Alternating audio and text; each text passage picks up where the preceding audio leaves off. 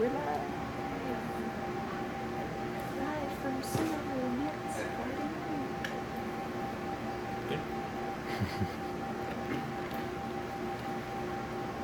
Okay. Hello everyone, welcome to Cyber Wizard Institute here in sunny, for now, pseudo room. And today we will be talking about the document object model. So the document object model, or the DOM, is an API that we can use to access the content that makes up a web page from JavaScript. So if you think about what HTML is, you can think of it like a big tree that branches out. So at the trunk of that tree we have HTML maybe, and then we have a fork where we have a head and a body. Then the body forks off into maybe an h1 tag and some divs and spans and such. So we have this data structure that starts at a root element and sort of branches out. So in JavaScript, on any web page, we have access to some of these things. So if you go to any web page and you open up this thing, the debugger, then we can start typing document, and document has some properties that we can access. So one of the first ones we can do is document.head, and this is literally the head tag in this page. So if I click on that, I can see that it's got some meta tag, some meta information, and some CSS and a title, some script tags. There's also document.body. That's typically where the content of our page lives. So if I hover over that, I can see that it highlights the entire page. In the body, we've got all kinds of other stuff. So each of these sorts of things, head and body and all of the HTML tags, are often called elements. So with an element, you can refer to different things. Like you can refer to the parent node. So if I get a reference on an element, if I start from the document body, I can do this thing child nodes, and that gives me an array. So maybe I pick off the first child node, and then I can do child nodes again to see what's inside of that. It's some other content. I can look inside of that. I can also call, so child nodes is an array-like object, so we can index it with numbers. We can also do this thing, parent node. So with .parent node, that just lets us go back up the directory, or that lets us go back up the tree. So here we're back at the body, and now we're back at the HTML tag. So using child nodes and parent node, we can sort of make these traversals into our tree and back up again. So some fun things to do is just to play around with child nodes and .parent node in camel case, and just try to explore a web page. So just go to any web page, like Cyber Wizard Institute calendar, and poke around. I think that's the best way to learn. So there we go. There's an even better way to access elements that you want to get at in a page. There's this whole language we can use that is CSS selectors that lets us fetch elements based on this string. So for example, if we go back to the debugger, we can do something like document.query selector. We give that a string. If you've ever used something like jQuery, jQuery has these built in. But since I think about IE 8, every major browser has had native support for document.query selector. So you give query selector a string. Suppose we want to access maybe a table tag, right? So it's the same syntax that you might be familiar with from CSS. You can use element names, you can use class names. So let's see, if we drill down and find a class name to poke at, by viewing the source, we can see that there's a class empty or a class day. So we can do .day to pick out the span, day 1. There's also a corresponding query selector all method, and this gives us, instead of just the first matching element for our CSS selector, we get a list of everything in the page. So here is all of the days in our calendar, for example. Day 1, day 2, etc.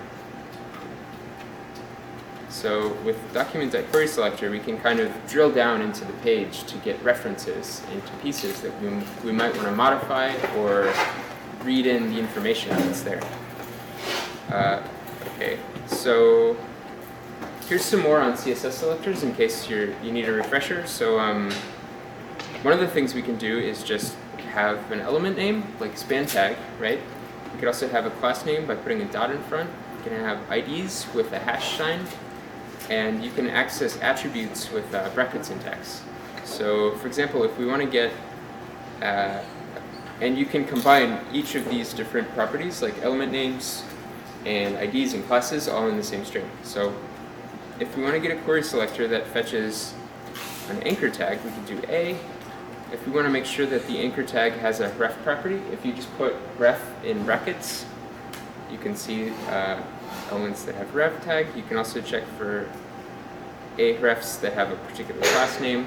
If you don't get any matches, then you just get null back. So kind of handy little syntax. It's the main way that a lot of DOM interaction is done. So here's some more examples.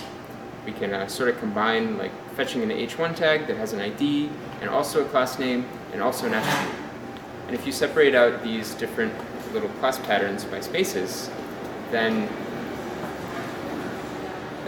if you separate them by spaces, then you can access nested properties. So for example, if we want to select a span tag that's inside of a table tag somewhere, so probably a TD or something, we can go table span, and you can see span day 1, just with spaces. This doesn't match spans that are not inside of a table tag. Okay, so that's some basics of CSS selectors. Another fun thing you can do is once you have an element reference, so suppose we have this table reference, and maybe we fetch a tr tag. Once we have that reference, we can also do another query selector. So we could save this to an element. We can then do query selector on that to fetch whatever else we want. So we could fetch a span tag. I guess there isn't one. Let's fetch a TD. I guess a table header, because this is the first row. You can also do star if you want to see everything that matches. So in this case, we fetch the first tr, and it has each of these properties. So you can use query selector and query selector all on elements, not just the document. There's also some other stuff you might see occasionally. I don't personally use these as much, but they're perfectly fine. So one of them is get element by ID. This is just like document.querySelector for a hash ID, but you type it without the hash, and you say document.getElement by ID. I don't actually know offhand any IDs in this document, but I guess there aren't any. There's also document.getElements by class name. And if you know a class name like .day or .time, I think. Oh, whoops. You don't include the dot. There we go. Then you can get the elements by their class name, which is just the same as a query selector. So you can use these if you want, or just use document.querySelector directly. Okay, so once we have an element reference, we'll probably want to do some things with that reference. So here next I'm going to show how you can modify the inner text or the inner HTML of an element, and how you can add and remove children and also attributes. So the simplest thing to do is to set some text. So if you go to a page that exists, we can do document. Let's see, this is, if you right click on any element, you can go to inspect element. We see that this is a div with the class title. So back to our console. If I do document.querySelector .title, then I get the title here at the top. Now I can do .text content, like that, as camel case, and I can set a new content. So hacker calendar hacks. Now the web page says something different because we changed the text content, and we can set this to be whatever we want. Cats meowing meow. There we go. So that's whenever you have an element, you can always do .text content to set some text that you want. And one nice thing is that if you set the text content, you can have things like angle brackets and whatever, and they will just show up as literal angle brackets. You don't have to worry about escaping HTML. So the other thing that you can do is set some HTML. So there are two ways to do this. You can either set the inner or the outer HTML. It's more common to set the inner HTML. To do that, we can do the same thing, but now we can actually include some nested HTML in our output. So if instead of text content, we do inner HTML, like that, we see that meow is now bold. A little bit hard to see. If we do underline, it'll maybe be a little bit easier to see. There we go, underline text. Some fun stuff. So go ahead and play around with that. This works on any website. Just open a JavaScript console. But on Chrome, you do Control-Shift-J. Firefox, you do Control-Shift-K or F12 to open Firebug. Or Internet Explorer even, hit F12, and you can do the same stuff. Although some of it might not work randomly. Okay, so this was setting HTML. We can also let's see. We can also set properties. So if we want to, let's see, if we find an element with a property that we want to modify, so we can view source. So suppose that we want to set, let's see, what's a good property that we could set? We could just change the class name on something. So the first thing that we have, the title name, so where we had class equals title, that makes really big text. So we can do something like,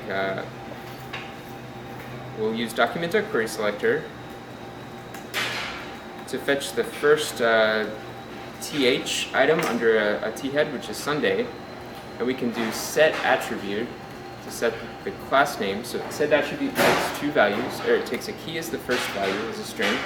The second argument that it takes is the value that you want to set for that attribute. So we can set the class to be title. And I guess that didn't work too well, but we could do something else, like set style property. There's a better way to set style, but this is kind of a fun way. So we can set the color to be red. And there we go. That shows up as red for Sunday. Cool. Another fun thing you can do with the DOM is you can construct elements synthetically. So instead of taking an existing element and doing .innerHTML to make HTML out of strings, a nicer way to do this sometimes is we call document.create. So I'll go to a new blank page for this one, and we can construct some HTML dynamically and insert it into this page. So if we want to make an h1 tag, we can just do document.createElements h1. We can assign some text to it by assigning text content. So text content equals hack the planet. Now we can do this other thing, now that we have our element created, called append child. So with any element that can have sub-elements, you can call append child on the parent element, and it will insert that element beneath. So for example, if we have document.body and we want to add our h1 tag that we've constructed to the document body, you can do document.body.append child h1, like that. We see the text hack the planet on the screen. We can also make multiple synthetic elements. So suppose we made a div tag with document.createElement, div, and we want to make maybe we'll set some text content on that. So text content equals wow. Then maybe we want to put a span tag inside of our div. So we can make a span tag with document.createElement span. And now instead of calling document.body.append child, we can do div.append child, because append child is available on any DOM element, not just the document body. So div.append child of span. But actually, why don't we set some content on the span first? We can set some inner HTML to maybe have a bold tag, span/b. Now div.append child span, and document.body.append child div. Wow, spanned. It's a little bit hard to read, but it's there. Spanned is in bold and it's capitalized. So now we have, if we right-click that and click inspect element, we can see that here's our hack the planet from earlier. We have a div that has some text, wow, And then we have a span with some inner HTML that we set inside of that. So using all of these methods, we can sort of construct dynamically the DOM tree using JavaScript, which I think is pretty fun. There's also a corresponding remove child method. So if you want to take something out of the DOM, you can call remove child. So if we do document.body.removeChild div, watch the wow span disappears. So we can add and remove elements with the pen child and remove child. There's also one called insert before, but it's less common. So you can go ahead and look that up if you need it. There's also, I talked about this a little bit already, but we can use set attribute to dynamically construct elements or modify existing elements on the page. So perhaps we want to put an input box next. So if we do document.createElements input, and we can set the type to be text with set attribute. So we do input.set attribute type text. And input set attribute value, wow, a lot of W's. And then we can just do document.body.append child input. You see a text box on the page with some value in it. Okay, so that's set attribute. There's insert before. I guess I can show you an example of this. So maybe you have a list, right? A list like this. So if I copy paste this HTML,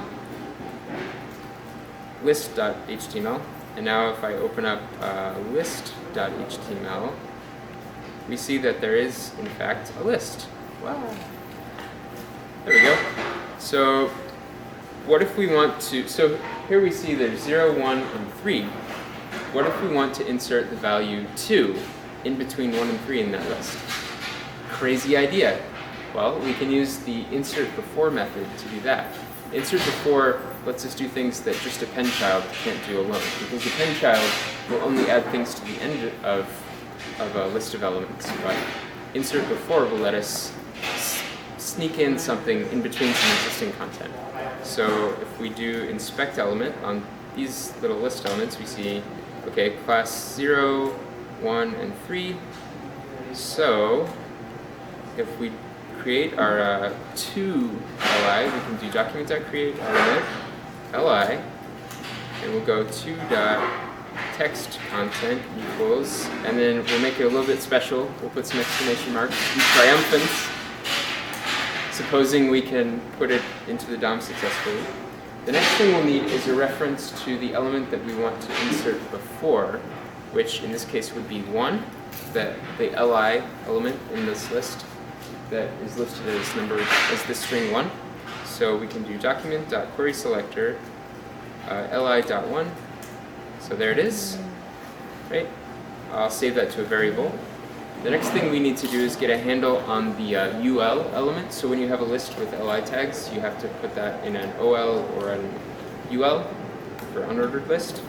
So we could do document.querySelector ul, which would be fine. You could also use one of the methods that I talked about, or the properties that I talked about previously. We could just do one.parentNode, which is the same thing. So I'll use one.parentNode node here, just for fun purposes. So if we do one.parentNode.insert before, the first parameter is, if I recall correctly, and I might get them mixed up, I think it's the element that we want to insert, which is 2. We want to insert before the element 1.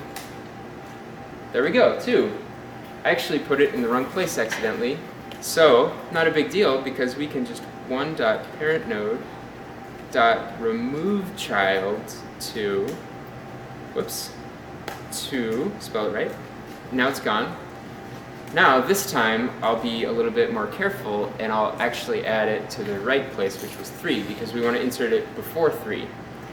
So to do that, we can just document.querySelector li.3, so an li tag with the class name 3, which is this 3 thing.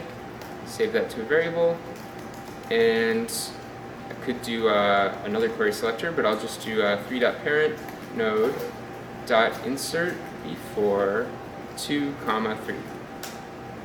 0, 1, 2, 3, hooray, it works. There we go. So that's how we can start to use these different methods: query selector, append child, text content, set attribute, all in the same time. Fun. So that is insert before. Another fun thing you can do with the DOM is there's this property called style. And style is a special object that is sort of that element's grab bag of CSS properties. So if you want to, for example, set an element to be purple, you can do, so say we want to make the to list element that we have here, say we want to make it purple, we could do to.style.color equals purple. And now it's purple. Or maybe we want to set the font size to be 40. Now it's very big. So one thing you'll notice that's a little bit different from CSS directly is whenever in CSS you have something like font-size : 40, with JavaScript you write that as in camel case. So it's font capital S size equals 40. So that's the main difference with the style property. The style property is really fun. It's generally not such a great idea to do too much in JavaScript with the style property when you could use external classes instead. But I'll show an example of doing that too at some point. Don't have it in the notes. So, what else can we do with the DOM? Well, one of the big things is we can register event listeners to fire when an event occurs. Like for example, if someone clicks a button and we want to change the page background to be pink when they do that, we can use this thing called add event listener. So if we have a button, so let's go back to our blank page. Let's remove child input. So now the input box isn't there anymore, but if we want to make a button, var button equals document.createElements button, and button.text content equals pinkify. Now we can add that to the DOM, document.body.appendChild button, like that. So there's our button pinkify. Now we want to create a click listener for button. So what we can do is button.addEventListener in camel case like that, capital E, capital L, open paren, and then the string click for a click event, then a function. The function receives an event property, which you may or may not care about. There's some useful stuff in there about the event state, like which button it was, whatever. We don't care about that right now, so we're not going to use it, but all that we care about is that someone clicked the button, and then we can use the style property of the body. For example, document.body.style.background color in camel case equals pink.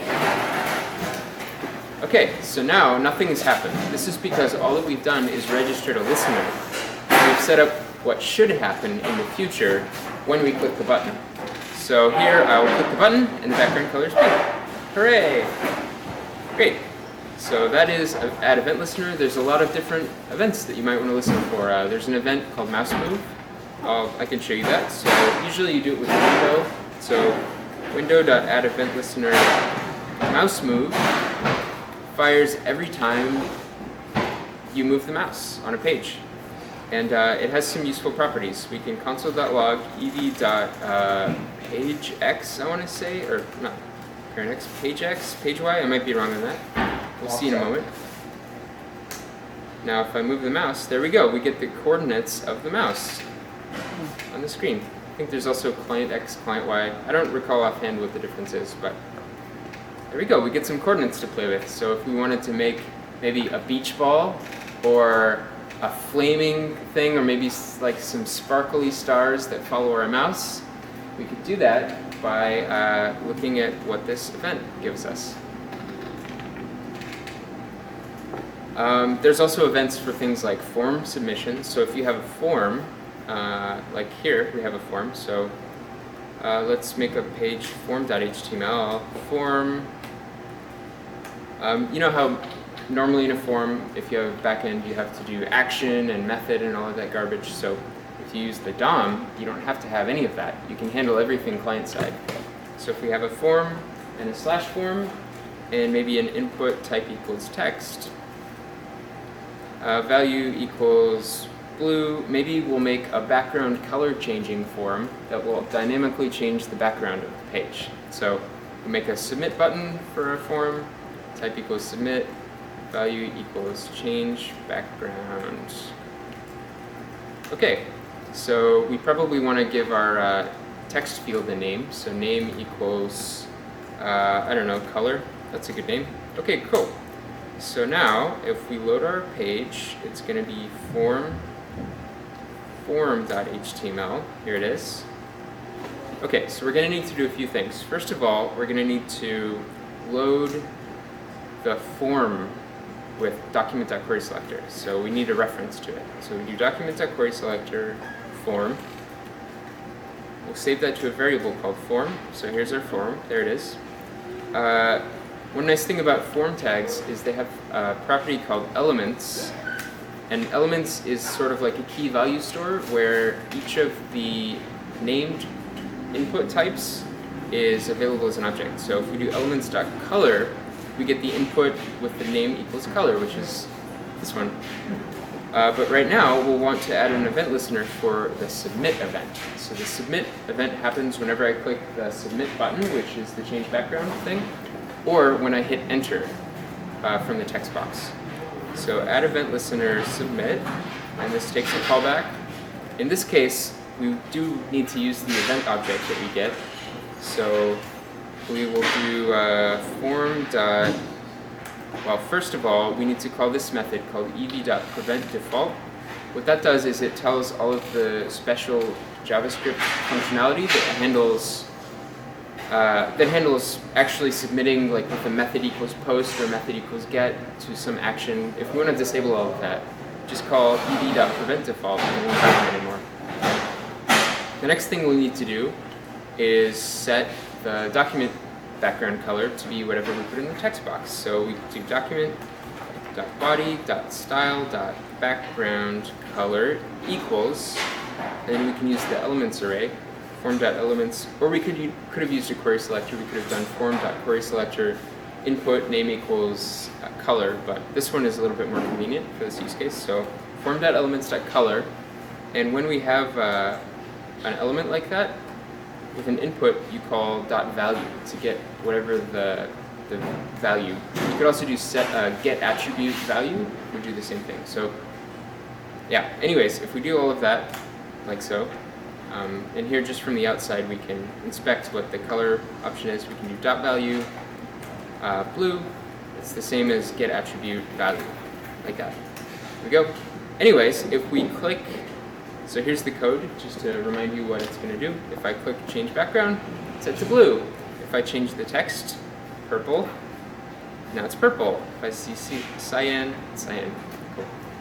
So that is how you can use add event listener for a form to create some custom logic. So it's pretty common for a lot of web forms in JavaScript. You can do this thing called XHR, which stands for XML Httprequest, which is kind of silly thing. It's a silly quirk of history why that happened, but what it lets us do is we can make HTTP requests dynamically from JavaScript without reloading the page, which can be very handy. So I'll have an example of that in a bit.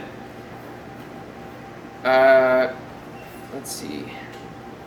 Well, that's right. So we could also, so you might imagine, like, maybe we have a list again, right? So if I go back to the list example, list.html, here we have a list. Okay, what if we want to make an event that happens when we click any of those list elements? What if we've got an h1 tag on the page, right? So do h1 equals document.querySelector, or document.createElement, h1, and we'll set the text content to be change me, because we're going to change it in just a minute. So document.body.insert before h1, and then we'll just get a reference to that UL element. So this will put our h1 tag in front of our list. Now, what I want to make happen is I want, whenever we click one of those list elements, 0, 1, or 3, I want the text in the h1 to change to match the text in that list element. So what are some ways we can do this? Well, we could loop over each of the h1, or each of the list elements. I'll show you how to do that. So we can use document.querySelectorAll to get a handle on each of the h1 list elements, the li elements in turn. So if I do var lems equals document.querySelectorAll li, this will give me an array-like object that contains all of the lists. So if I make a little for loop, I is less than lems.length, I++. Now, for each of those elements, I can do lems I.add event listener, click, and inside of that, I can set the h1's text content to match this dot's text content. The reason why I'm using this inside of that callback is that's the context whenever you register an event. It's the parent element that it's on. So in this case, this will be a reference to our list. The reason I'm doing that is because to do it the other way with a named reference would require using the closure, and I don't necessarily want to show that right now. So do it this way, just accept that the this is equal to the li element for now. Okay, so if we have this loop, we're registering a click handler, and when we click one of those elements, it should change the h1 tag. So I'll do that, and we'll see if it works. So 3, 1, 0. So that's kind of nice. But this is not necessarily an ideal way to do it, because there is another way. So one problem with doing it this way with a loop over each of the elements is that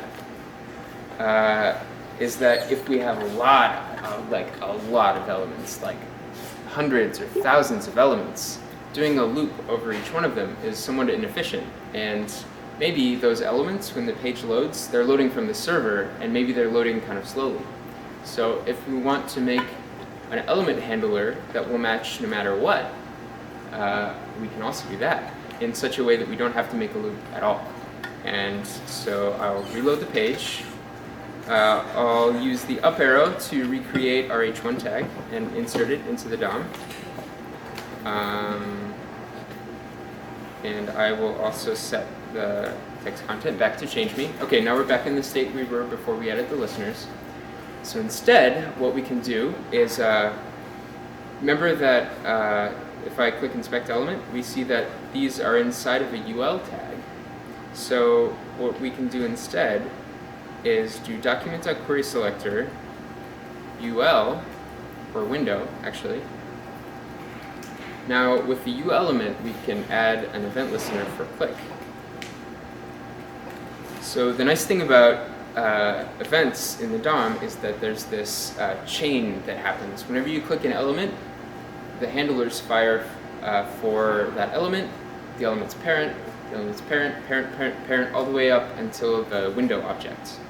So there's a sort of chain of command or chain of custody that happens with any event. Sometimes it's called bubbling, whatever. So we can use that to just register a single event listener. So if we do ul.add event listener click function ev, we can check the ev.target. So this is like the event target. And that, if I just print out what the target is, so I'll just do console.log ev.target. And when I do that, you'll see that it's 1 or 0 or 3. Very, very useful. So if I add another event listener, we can h1.textContent equals ev.target.textContent.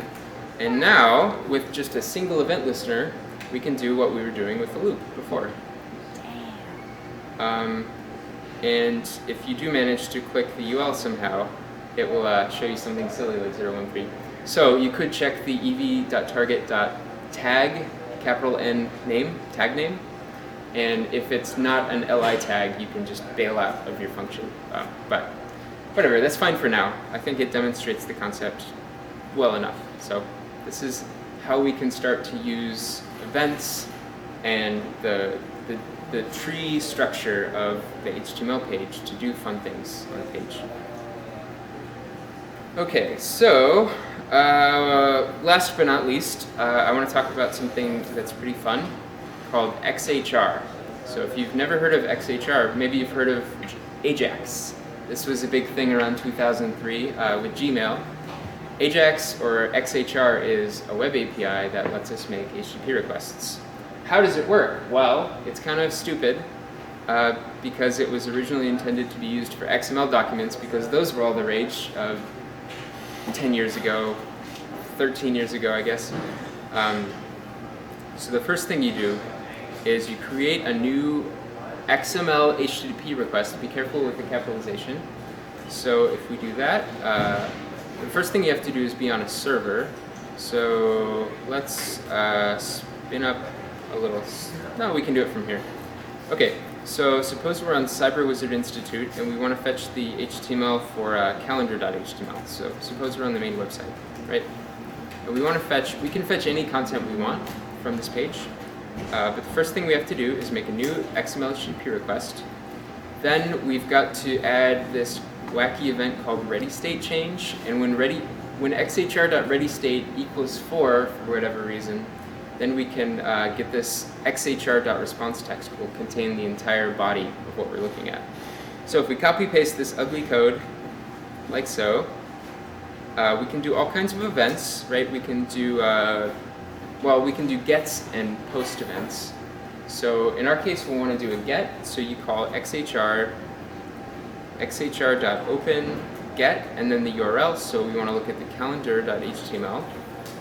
And then you call xhr.send when you want to send the data. So if you have a post, that's where you would send whatever post variables you have from your form.